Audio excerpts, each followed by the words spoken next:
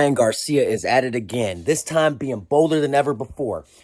As you guys know, Roland Romero called out Ryan Garcia, and Ryan Garcia fired right back. But unfortunately, the WBA is ordering Roland Romero to defend his title against Ohara Davies, who I am not impressed with. But Ryan Garcia wasn't done with his list. He said if he can't fight Roland Romero, he's got plenty of other guys on his list. He has Pitbull Cruz on his list if he decides to move up to 140. He has Teofimo Lopez on his list, depending on how that fight goes in 10 days. And like I've been telling people all along, I would love to see Ryan Garcia go against Pitbull Cruz. First of all, that would be the battle of two Mexican fighters. You know, a lot of people say that Pitbull Cruz gave Gervontae Davis his hardest competition and hardest fight yet. And as a lot of people saw, Ryan Garcia got stopped in the 7th round by Gervontae Davis. And a lot of people thought that, you know, Ryan Garcia was overrated and overhyped, including myself. But I think that with the new trainer in Derek James and with him being focused on his career now, having been on social media and dancing and being cocky and talking all that smack, he is prepared for his next opponent. He is prepared for his career. He is ready to mature and take the next steps into becoming a champion eventually. And I want to see Ryan beat the piss out of Pitbull Cruz, because I know that Ryan could beat Pitbull Cruz. It's about styles making fights. And Pitbull Cruz is a small guy who's tough, hard to bring down, hard to stop, hard to knock down, not hard to knock out. But Ryan Garcia is actually a good boxer. You weren't able to see that in the Gervontae Davis fight, because I honestly think he was fighting real nervous the entire time. But against a guy like Pitbull Cruz, I think you will see a patient Ryan Garcia. You will see a focused Ryan Garcia. You will see a mature Ryan Garcia. And you will see a Ryan Garcia that will end up beating Pitbull Cruz, I think, in an easy fashion. I think he'll destroy Pitbull Cruz. And then eventually, he'll make his way to fighting Teofimo, and we can talk about fights like that. And then in other aspects of news, I hear Gervonta fanboys saying that Devin Haney is scared of Tank Davis because he's trying to move up to 140 and fight Regis Prograis.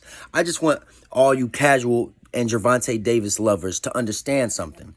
That when we saw Devin Haney fight in his last fight last week or 2 weeks ago against Vasily Lomachenko, he looked weight drained at 135. He looked unhealthy at 135. He looked like an Eskimo at 135. He looked like he shouldn't have been at that weight anymore. So the fact that he's moving up to 140 because it's bettering for him, at the end of the day, you have to do what's right for your career, not what's right for your opponent. And Devin Haney's doing what's right for him. And he said he feels much better at 140. So I put no blame on Devin Haney for wanting to move up to 140 and challenge Regis Prograis. Regis Prograis is a hell of a fighter. I hear a lot of, Devin Haney haters saying that Regis Prograis would beat Devin Haney. Regis Prograis doesn't have the footwork to beat Devin Haney. Let's start there. But let's go back to Gervonta Davis and supposedly Devin Haney running away from Gervonta Davis.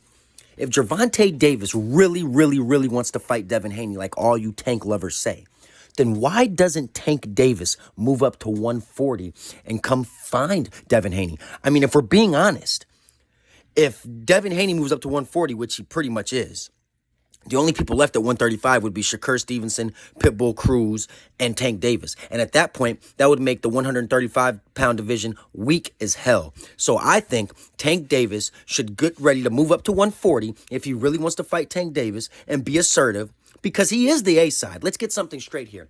Just because Devin Haney is undisputed does not make him the A-side.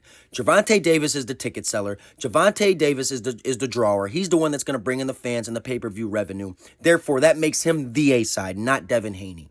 So I think Gervonta Davis needs to be more assertive and prove that he wants to fight Devin Haney. Not just have Calvin Ford and Kenny Ellis talking for him because he's some remedial idiot who can't stay out of legal issues and he can't speak up for himself. I'm tired of Tank Davis fans speaking up for him and him not speaking up for himself. It's getting utterly ridiculous, man. And I'm ready for Tank Davis to speak, man, because he hasn't spoke since the Ryan Garcia fight. And as all you people who aren't casuals know, Ryan Garcia was an Instagram fighter, and I'm very proud of him for being with Derek James now. But before that, he was all in shambles. His career was in shambles before that. So we got to be honest. Oh, me, I'm dangerous.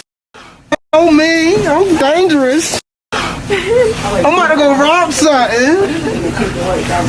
Y'all know me. I'm dangerous. I'm gonna go rob something.